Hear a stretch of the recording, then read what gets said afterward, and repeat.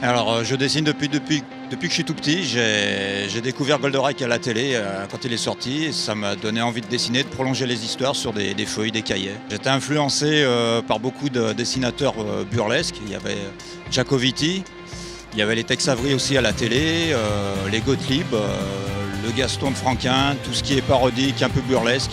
Je me suis dit pourquoi pas faire un Goldorak en mélangeant toutes ces influences.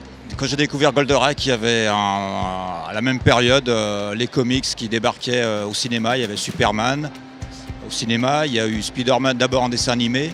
J'ai découvert ensuite Les Stranges plus tard par les éditions Lug, etc. Tout ça, tout ce qui est super-héros. J'ai grandi en fait en lisant du franco-belge, Pif, Spirou, les mangas et les comics, que ce soit Marvel ou DC Comics. Soit on a l'idée tout de suite, il faut la cracher tout de suite sur papier, sinon on perd les idées.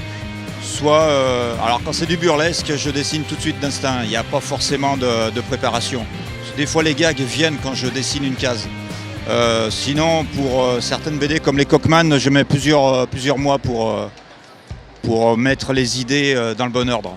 Dans mon quartier c'est bizarre, j'étais le seul à l'époque quand j'étais gamin à connaître Star Wars. Et les super-héros, j'étais le seul à... Quand je parlais de Thor ou de Surfeur d'Argent, on me regardait avec des grands yeux.